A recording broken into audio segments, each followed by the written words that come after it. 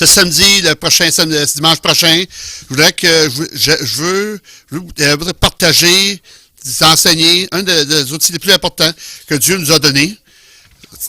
C'est tellement un outil tellement puissant qu'on peut utiliser pour amener des transformations surnaturelles. Puis j'utilise ces noms-là par exprès, puis je vous promets que ce que je suis sur le point de vous partager, de l'ai appliqué depuis les 30 dernières années de ma vie, puis ça pour amener la transformation surnaturelle. C'est une stratégie de Dieu qui donne les ressources pour changer l'atmosphère spirituelle dans votre maison, dans votre voisinage, dans vos écoles, dans vos lieux de travail. Puis la semaine prochaine, on va avoir beaucoup d'exemples. C'est un outil pour vous permettre d'utiliser, pour exercer votre autorité spirituelle dans le monde que Dieu vous a donné, dans le domaine que vous utilisez. C'est une force que vous utilisez pour faire tomber des forteresses. C'est une arme que vous utilisez pour vaincre vos ennemis spirituels. Puis en amener un niveau de liberté, que c'est des choses que vous ne comprenez pas, connaissez pas. Il y a de la promesse. La plupart du temps, quand vous parlez de quelqu'un à propos de la marche de la prière, qu'est-ce que c'est? Prier quand on va qu'on marche, oui, mais c'est vraiment plus que ça encore, là. C'est beaucoup plus que ça, là. C'est quand on commence à comprendre la réalité de la marche de prière est, on va l'utiliser, peu importe où ce qu'on va, on va utiliser la marche de la prière. Pas seulement le vendredi prochain, on va utiliser la marche de la prière dans notre maison, dans nos écoles, dans les lieux d'emploi, dans les hôpitaux, dans les malls Champlain. Quand tu voyages dans ton corps, tu peux faire de la prière en conduisant.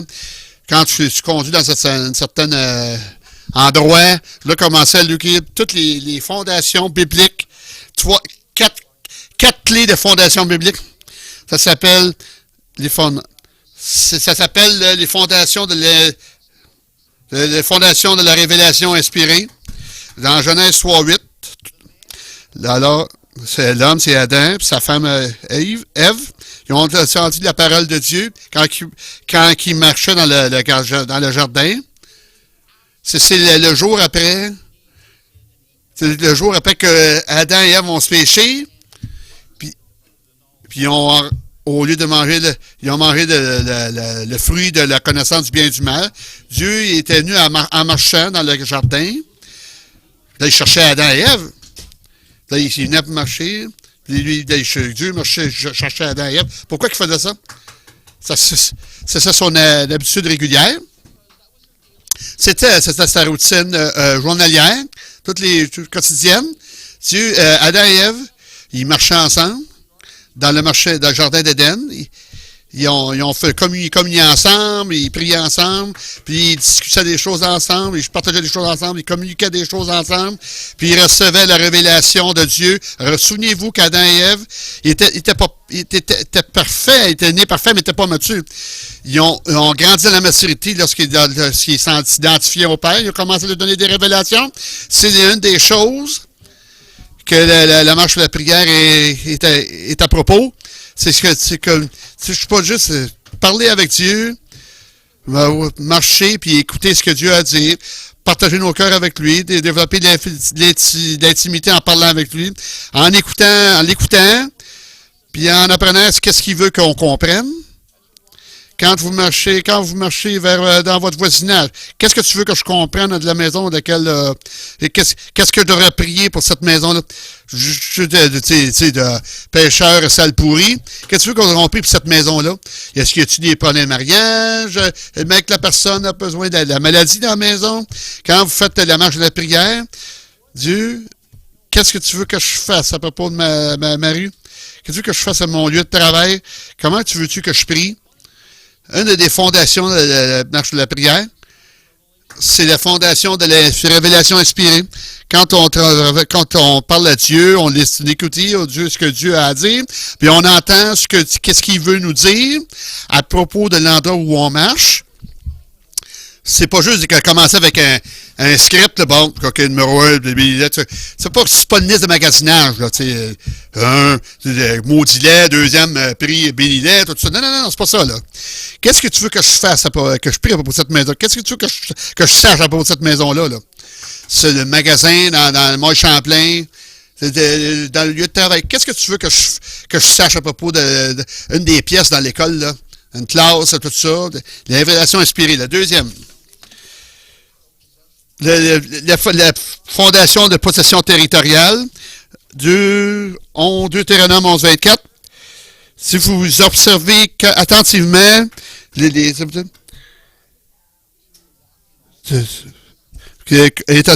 obéissez à ses commandements. Il va tout emmener ces nations-là vers toi. C'est des puissances plus grandes, des villes plus grandes sont plus grandes, des puissantes plus puissantes que vous. Puis il y a le numéro 4. Toutes les places que vous mettez vos pieds, puis ça va être tout lieu que foulera la plante de votre pied sera à vous. Votre foncière s'étendra du désert au Liban et du fleuve de l'Euphrate jusqu'à la mer occidentale. C'est de la mer méditerranéenne de la mer occidentale. Je vais vous donner une grosse partie de un lopin de terre. Il y a 4 conditions. Vous devez m'aimer, Dieu est aimé ça, et Dieu est enseignement. Obéissez à ses commandements, faites confiance en lui complètement à Dieu, là. Puis s'accrocher à lui. C'est que de faire confiance en lui complètement, s'attacher à lui, se tenir à lui parfaitement. Sortez du territoire par la foi. Je vous ai dit que la terre que je vais vous donner, faut que vous marchiez dedans, là. Marchiez dans la prière, là. Dans Genèse 15, 18 à 21, les limites sont plus grandes. En ce jour-là, l'Éternel fit alliance avec Abraham, en dit, je donne ce pays à la postérité depuis le fleuve d'Égypte, le fleuve d'Égypte jusqu'au grand fleuve, au fleuve d'Euphrate. C'est au sud-ouest. Ça, c'est le nord-est. C'est fait intéressant. Je vais vous dire ça dans une seconde. Le pays des Kéniens, des Kénésiens, des Cadmoniens, des Étiens, des Phérésiens, des Réphaïm, Amoréens, des Cananéens, des Girgasiens, des Égyptiens, puis tous les termites puis les Hittes, là. Fait assez intéressant du pays de la rivière d'Égypte, quand les Israélites étaient péris sous le joug. Jusqu'à où? Jusqu'au fleuve d'Euphrate, les Euphrates, la pitié dessus. C'est qu'Adam a été appelé par Dieu. Partout où les Israélites étaient sous l'oppression, j'ai dit, le pays, je vais vous restaurer, je vais vous donner. Je vais vous donner tous ces pays. Je vais vous donner tous ces pays. Dieu va donner des Israélites un immense lapin de terre. Voici les livrets. From the Euphrates jusqu'au le fleuve du Nil, dans le désert du Sud, la Grande Mer l'Ouest, c'était la Méditerranée. C'est les pays, les parcelles de terre que Dieu avait promis de donner. Le premier, en accordance avec l'histoire, que les Israélites, quand ils ont marché des limites du Liban, le Beersheba, c'est dans le sud. Dieu avait promis, je vais vous donner cette terre-là à 4 conditions. Aimez-moi, obéissez-moi, faites confiance, sortez. Seulement que cherchez cette portion, il aurait pu avoir la moitié de l'Irak, le 2/3 de la Syrie, tout le Jourdain, la partie nord de l'Arabie, un peu de la partie de l'Égypte. Qu'est-ce qu'ils ont eu? Qu'est-ce qu'ils ont marché? Le pays qu'ils ont maintenant, là, présentement. La parcelle de la terre. On pourrait continuer à parler des promesses de Dieu pour donner ce pays, mais il y avait une condition. Marchez dedans.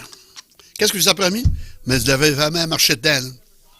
Là. Je disais, tu n'as jamais eu, tu m'as promis ça, ben tu m'as marché dedans. Ça, c'est le pays que tu m'as promis de donner. Alors, combien encore plus qu'on pourrait avoir si on faisait ces 4 choses-là?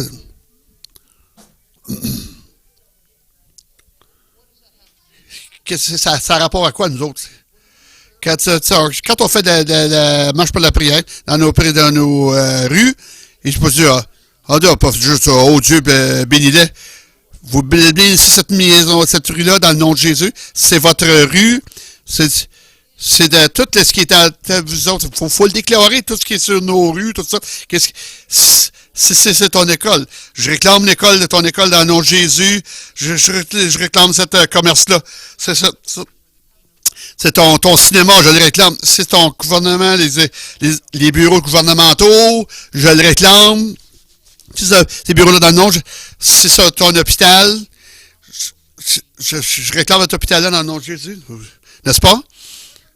Peu importe que Dieu nous dit que quelque chose est à nous, on réécoute pas des épisodes là. On leur réclame le royaume de Dieu. Où est-ce que vous mettez votre pied, ça va vous appartenir. Le troisième. Ça va être un peu tricky, ça va jouer à tout. C'est pas vraiment enseigné. La fondation d'identification de repentance. L'éternel Dieu forma l'homme de la poussière de la terre, il souffla dans ses narines un souffle de vie, et l'homme devint un être vivant.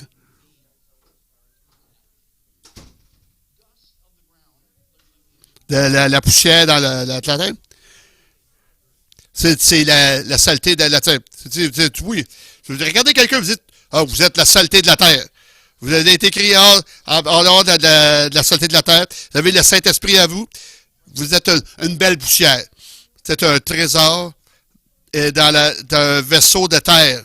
C'est quand vous êtes la saleté, on est fait de la poussière de la terre. Adam a été formé de la poussière, de la saleté de la terre. Et puis depuis ce moment-là, parce qu'on est fait de la saleté de la terre, notre vie spirituelle influence le sol. Notre vie spirituelle influence le sol. La terre. Genèse 3, 17. Puisque tu as mangé de l'arbre au sujet duquel je t'avais donné cet ordre de ne pas manger, tu n'en mangeras point, le sol sera maudit à cause de toi. La Bible ne dit pas de maudire le sol. Dieu n'a pas maudit le sol. Dieu n'a pas maudit rien. Le Dieu maudit soit le sol, parce que le sol est mauvais sol venu contre toi, parce que le sol est maudit. Parce que tu as maudit le sol. Le sol auquel le Satan a été fait était partagé dans la malédiction. Quand Caïn a tué son frère Abel, le péché a affecté le sol. Genèse 4, 10. Que tu fais? La voix du sang de ton frère, de la cri de la terre, jusqu'à moi. Maintenant, tu seras maudit de la terre. Tu seras sous le sol. Tu es conduit de la terre. Tu es sur un sort, puis tu es maudit de la terre. Parce que tu as mis un sort sur la terre. Parce que tu as tué ton frère. Puis ce sol-là ne veut plus du tout. Il y a un sort sur la terre, il t'en veut plus, parce que le sol ne veut plus souffrir du mal que tu as dans ton cœur. Il veut que tu sois parti. Caïn devait quitter cette région-là à cause du mauvais sort qui a été mis dans le sol.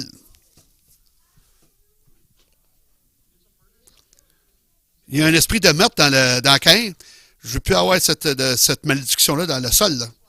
C'est pour ça que la Bible dit, Romains 8, 19, 21, aussi la création attend-elle avec un ardent désir la révélation des fils de Dieu. La création elle-même serait libérée de toute la déqualification de la terre, de la corruption. Pourquoi? Parce que la terre est sous un joug de malédiction. Le sol a été maudit à cause de notre péché. On a péché. Le sol de la terre expérimente l'effet de nos péchés.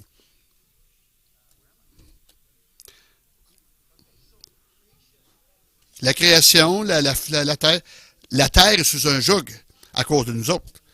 À cause des péchés d'Adam, toute la création en train de vous puis moi, que les fils et les filles de Dieu, puis qu'ils puissent marcher avec un cœur nettoyé devant Dieu, pour que ça soit libéré du joug. La terre sera un jour guéri quand on commence à marcher en tant que fils de Dieu. C'est tout, partout dans le monde. Vous sentez qu'un mouvement dans un pays, il y a une repentance nationale à cause du péché. Aussi, les vidéos de transformation, à chaque fois qu'il y a un mouvement de repentance dans une ville nationale, c'est tout le temps accompagné par une transformation. Les récoltes sont plus grosses, la terre est guérie, l'eau est purifiée. C'est pas étonnant. Comment que ça arrive? Parce que la malédiction a été enlevée du sol. L'eau est empoisonnée, devient claire, puis la couleur change. Quand les leaders de Fidji se sont répandus, l'eau a changé de clair, le poison a été enlevé, les poissons, ils ont rattrapé des poissons, ils n'étaient plus là, ils ont commencé à voir des gros légumes. Pourquoi? Parce que le sort a été le mauvais sort a été levé de la terre, enlevé de la terre.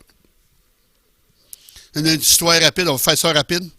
Un nombre d'années passées, moi et Pasteur Katé, on t'a rencontré dans un restaurant dans un casino, le vieux restaurant Rio. Puis on est assis là, on avait un lunch, on était en train de dîner samedi à quelque part.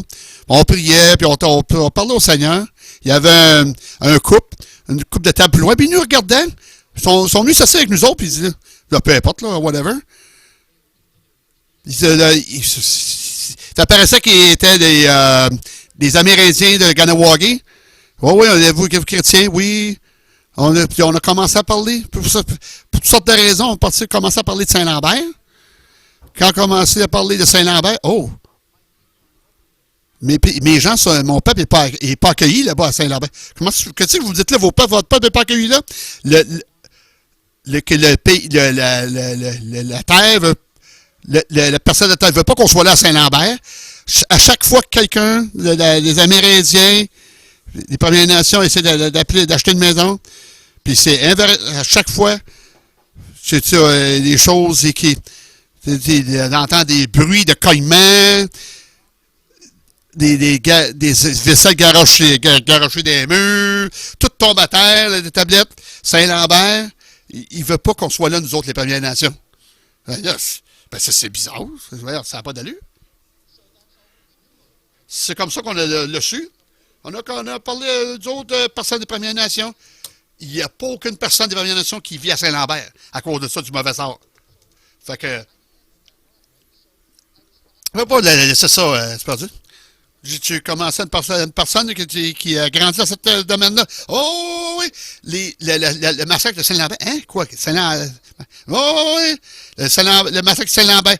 Dans les années 1800, au début des années 1800, il y avait un ministre évangélique méthodiste. Il a emmené des Mohawks le long de la rivière pour rentrer dans la réserve. Il a fait un deal. C'était un piège. Là, c'est un piège.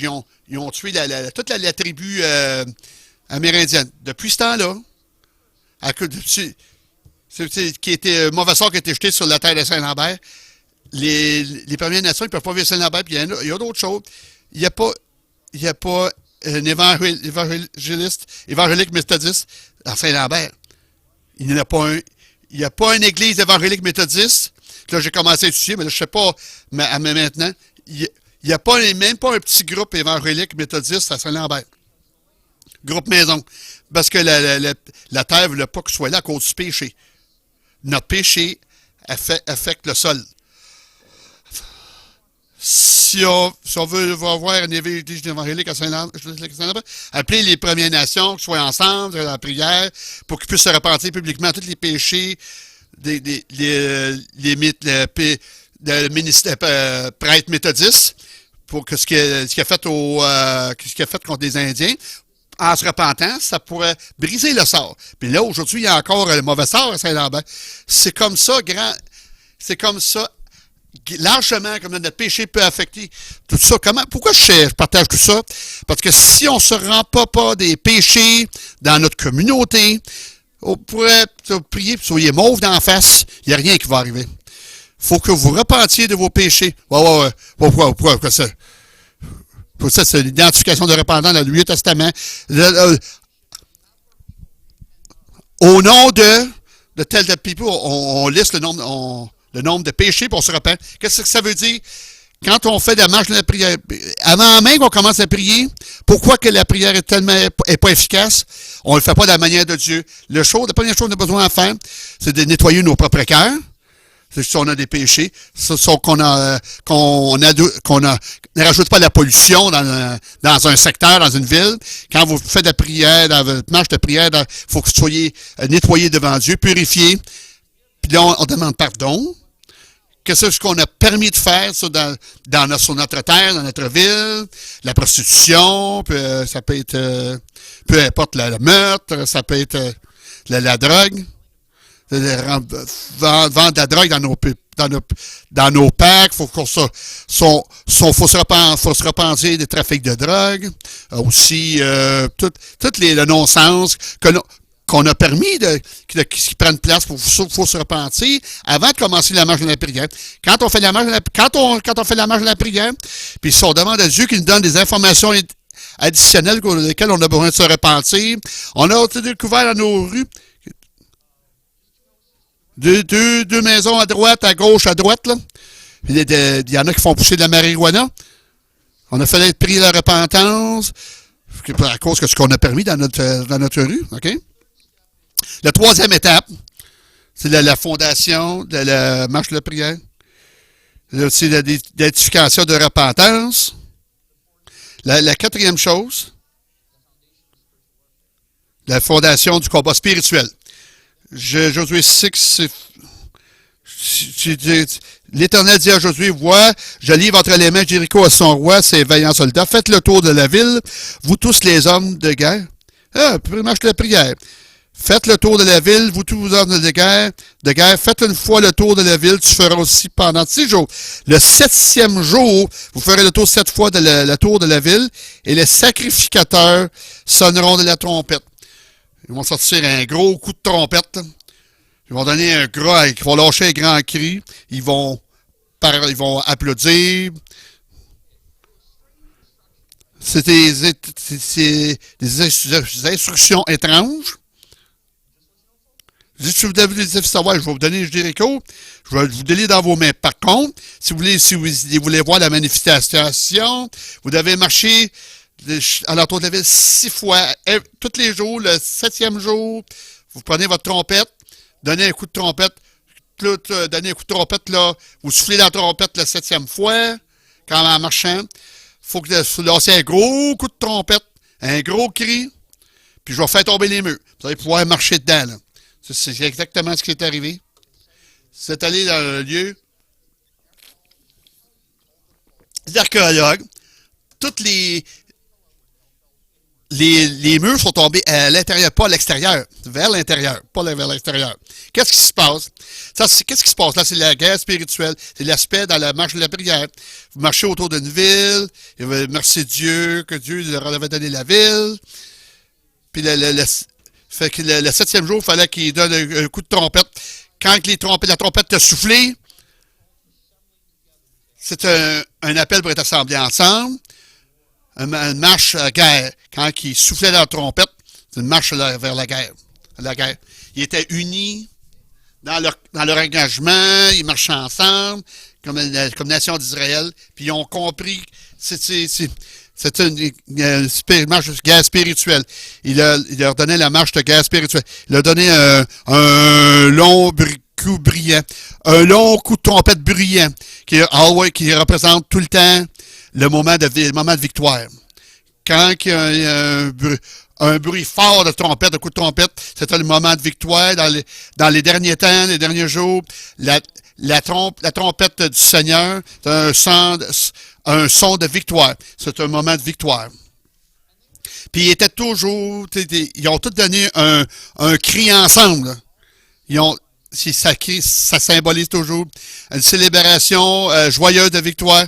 C'est-à-dire, Dieu, ils ont cri énorme que Dieu avait déjà fait le coup de trompette. C'est de ça que ça revire. Là. Dieu leur disait que lorsqu'ils marchaient alentour des murs de Jéricho, il déclarait que Jéricho leur appartenait déjà. Ils avaient utilisé leur trompette pour symboliser l'appel uni de guerre spirituelle, les prières de guerre, en finissant avec un cri de victoire. Cette guerre unie était un cri de joie, de célébration, joyeuse. Pourquoi ils criaient à la fin? C'est Dieu qui faisait le combat pour eux. Il n'y avait pas besoin de se battre. Là. Le Seigneur faisait le combat pour eux. Il fallait qu'il donne un cri de victoire. De faire confiance à Dieu complètement. Tu nous donnes la ville maintenant. On le déclare. Puis il fallait juste déclarer ce que Dieu faisait, puis que Dieu, la victoire, que Dieu nous avait donné. Une autre fondation dans la marche de prière.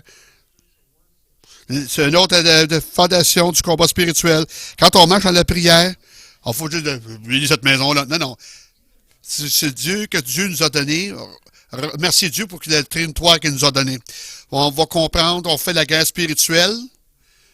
On fait la guerre quand on marche. On déclare que Dieu casse des forteresses, les murs de résistance qui tombent, puis la victoire dans ces territoires-là.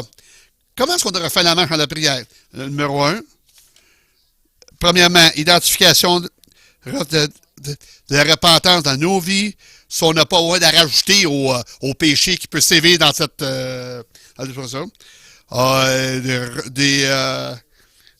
on se fait repentir des mauvais sorts dans ce domaine-là. On doit se repentir de ça. Vous savez comment vous repentez au nom de ce domaine-là. On a besoin de pardon. Des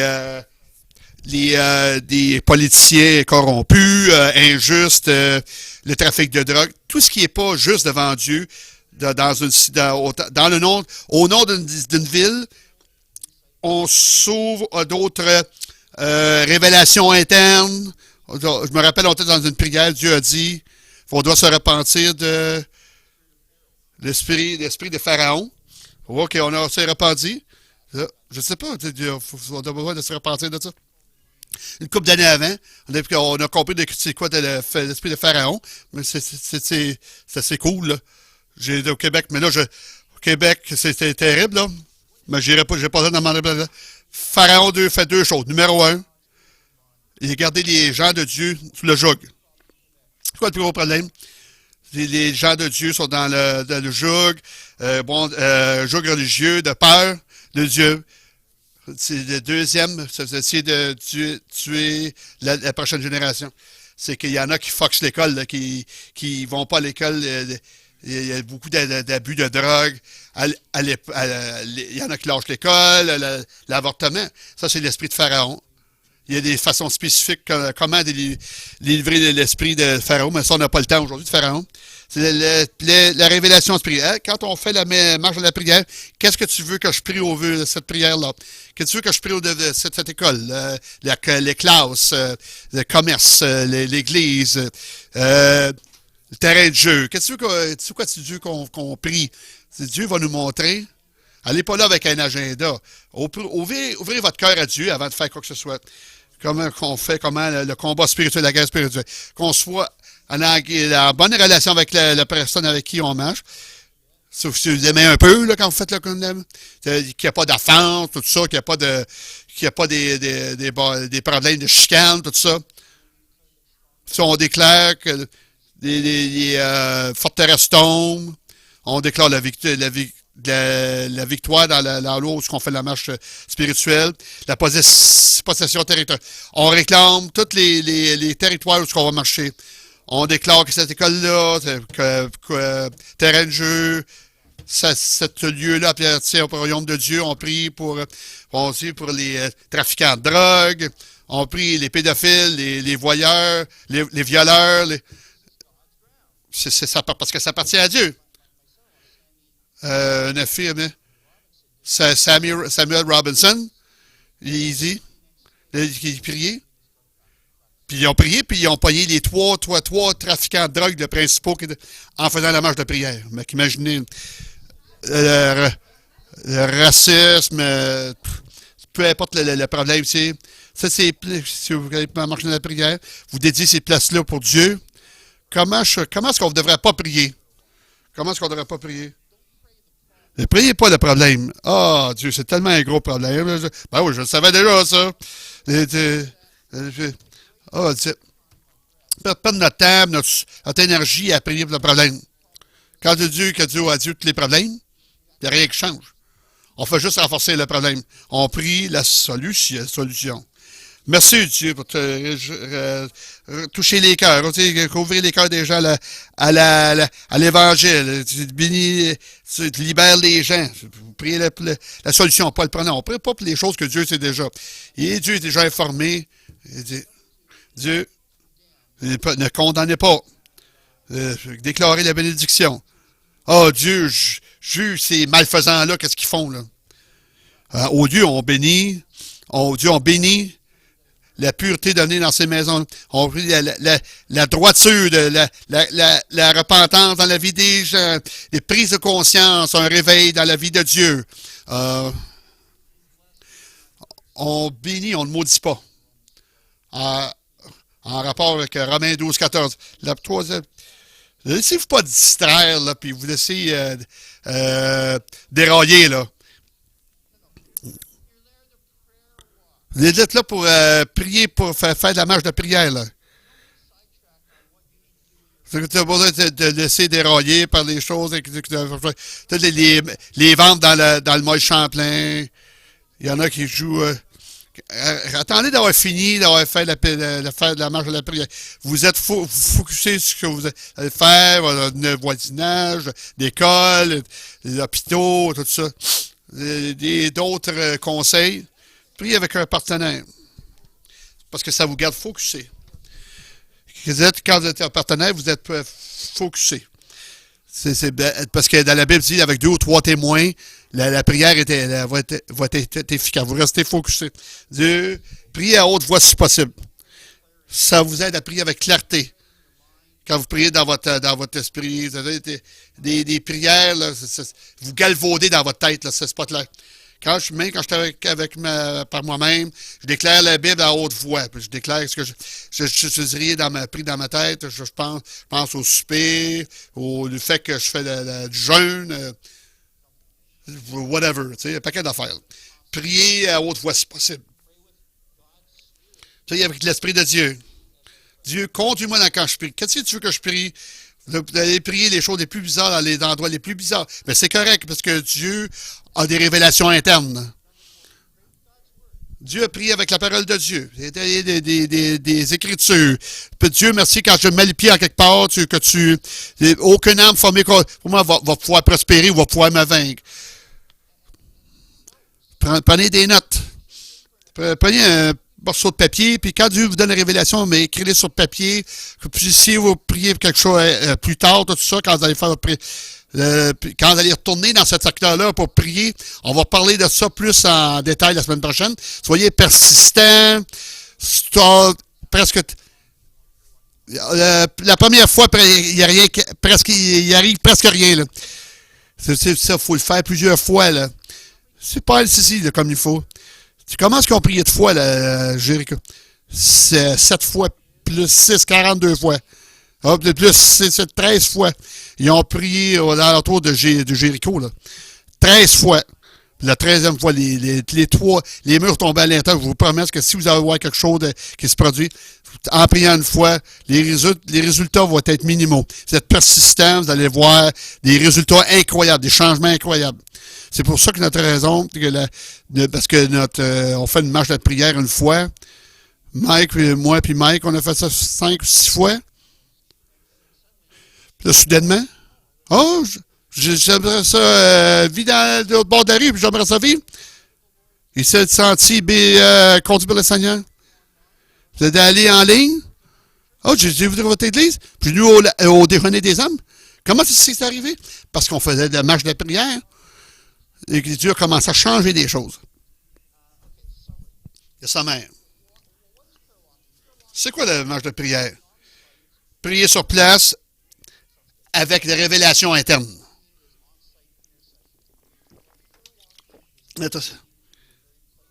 C'est prier dans les lieux où on s'attend à ce que Dieu va se manifester.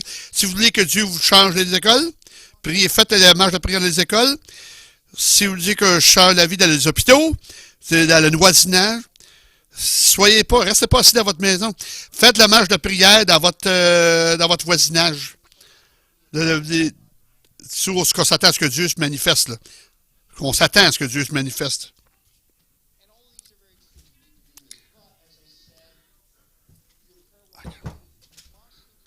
Ça va doit inclure des fondations, lesquelles là. Identification de repentance. Toute la demande a été faite dans un voisinage. Les révélations inspirées. Chercher des révélations internes. Je me rappelais souvent. On priait dans cette maison de cette personne-là. On était attirés vers le garage. Il y avait toutes ces boîtes-là, puis dans le garage, partout. On marchait dans le garage, et puis, Dieu, pliez-vous, senti une froideur. Il y avait une foi. Qu'est-ce qui était dans la boîte? Je me rappelle pas. On n'a pas regardé dans la boîte, puis on a regardé dans la boîte. C'est toutes les choses occultes. Un paquet de rabotage occulte, là. Puis il y avait des migraines, il y avait des problèmes, tout ça. Dieu, peu importe ce que va vous conduire, va vous conduire.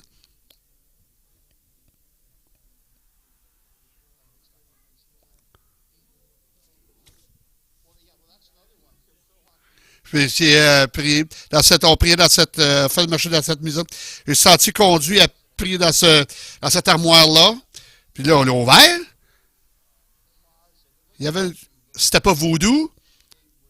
C'était une chose où, en gros, la personne, l'épouse, il faisait des choses pour maudire, des rituels de malédiction. Puis si vous faites la marche de prière, Dieu vous compte quelque chose, vous prenez autorité. C'est la révélation inspirée, c'est ensuite la guerre spirituelle. Il faut juste reconnaître dans lesquelles choses vous priez, démolir forteresses, possession territoriale, réclamer ce territoire-là. Pour Dieu, dimanche prochain, les accents, comment que la marche de la prière, on voit des transformations radicales dans les commerces, dans des édifices à bureaux, partout. On a un témoignage terrible. Il y avait des bars de la ville. Après, puis soudainement, il y en a une qui a prié, la bâtisse a brûlé, mais je me sentais mal. Cet endroit-là ruinait les mariages, la vie des gens, à toutes les choses qui se passaient dans ces bars-là. On n'a pas envoyé des signes, on n'a pas envoyé le feu soudainement. C'est la chose la plus étrange, que ça a brûlé au complet, là, ensemble. Dieu qu'on prenne l'autorité, donne Dieu des outils étonnants pour changer nos familles, changer l'atmosphère dans nos maisons. Tu sais, quand il y a de la chicane dans les maisons, tu sais, quand vous avez d'arguments argumentez pas avec votre époux ou épouse, priez, quand vous allez à votre lieu de travail, essayez pas de vous argumenter avec votre boss. Quand vous avez du problème avec quelqu'un qui fait du bruit, menacez-les pas. Faites de la prière. Puis on a beaucoup d'histoires, de témoignages, de changements. Vendredi prochain, 6h15, On va se rencontrer, on va faire une marche de prière rapide. Juste marcher pendant 1 heure de temps.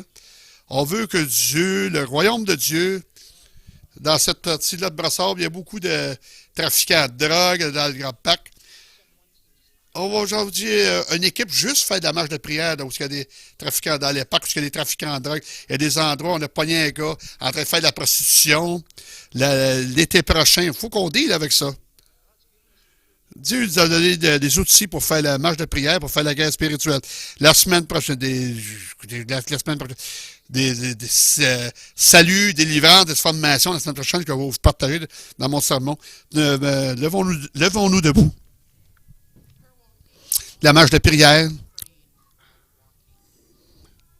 C'est pas juste pour faire marcher, c'est changer, transformer les conditions spirituelles ou peu importe où ce que vous le faites.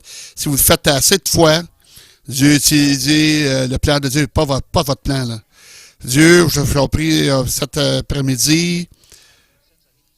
J'ai ça à arrêter. Je veux dire, encourager les plans en plus. Je prie qu'on peut sortir dans la foi pour ceux qui sont engagés à faire ça. Si c'est votre appartement, maison qui est plein de chicanes, puis là, apprendre comment transformer l'atmosphère de nos maisons.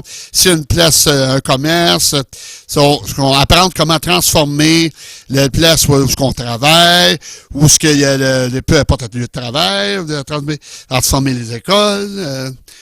Pour maintenant, pour l'instant, apprends-nous à être des gens qui obéissent, qu'il faut qu'on vous aime, qu'on vous obéisse, qu'on te fasse confiance. Faut marcher dans le domaine, puis le domaine où on fait